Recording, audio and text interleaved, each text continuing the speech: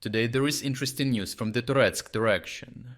Here the Russian command was forced to achieve a victory to inspire its troops, so they decided to gamble on another suicidal mission.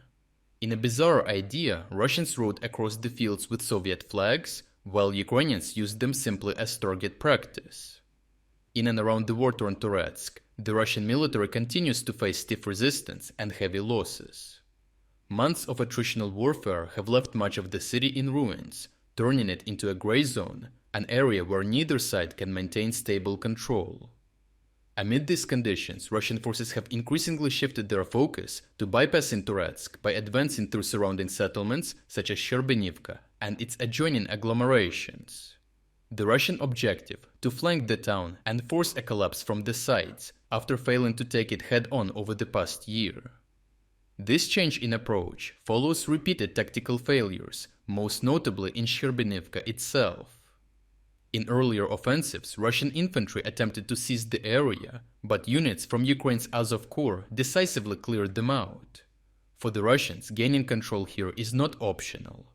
Without it, they cannot hope to isolate Ukrainian forces inside Toretsk or protect themselves from raids and fire missions that continue to harass them from the outskirts. On Toretsk's northern flank, earlier Russian motorcycle assaults failed miserably, as you might remember from a previous report. Ukrainians responded by recalibrating minefields and integrating more layered defenses, effectively neutralizing the threat. Learning little from these failures, Russian commanders turned their attention to the south, hoping this area, not yet targeted with motorcycles, might offer an opportunity for more success. But this time, they wanted something more than a breakthrough and started a spectacular assault.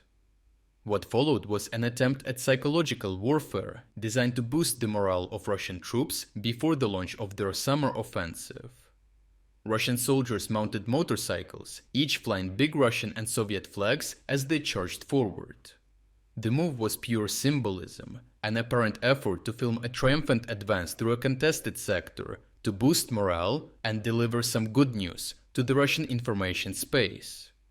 But in practice, these flags served only one real purpose, making the assault troops bigger and more visible targets. Geolocated footage shows the assault force initially advancing along a single road before splitting into two columns.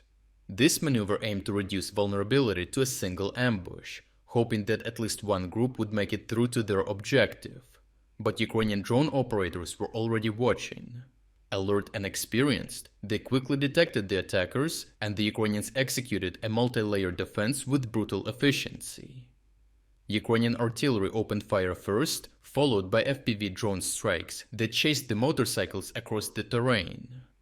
Other drones hovered above, dropping grenades on the soldiers with pinpoint accuracy. Riders were knocked off their bikes one by one, their flags falling beside them into the dust. Despite the initial barrage, a handful of motorcyclists did manage to escape the first engagement, crawling into the ruins of nearby buildings with the hope of finding cover. Ukrainian forces responded with cluster munitions, saturating the hiding spots with shrapnel. Simultaneously, more drones were deployed, systematically eliminating the surviving Russians. By the end, the only remnants of the attack were burning motorcycles and shredded Russian flags around them. This failed assault, rather than delivering a morale-boosting spectacle for the Russian soldiers preparing for their renewed offensive effort, became a visual demonstration of Ukrainian dominance on the battlefield. Instead of planting flags on Ukrainian positions, the attackers left behind nothing but charred wreckage and more proof of Russia's inability to make meaningful progress and move away from suicidal tactics. Overall, the operation underscores the desperation within the Russian command. With no territorial success to show, they gambled on an information victory, trying to craft a narrative of momentum with flags and theatrics. But what they received was a disaster captured in real time, a symbolic assault turned symbolic defeat. With Russian commanders failing to achieve their victory, Russian soldiers and survivors of the previous failed assaults now stand to launch a massive summer offensive with their hopes even further in the gutter. If you are against the invasion of Ukraine and you want to support the work that I am doing, consider subscribing to our own independent news website.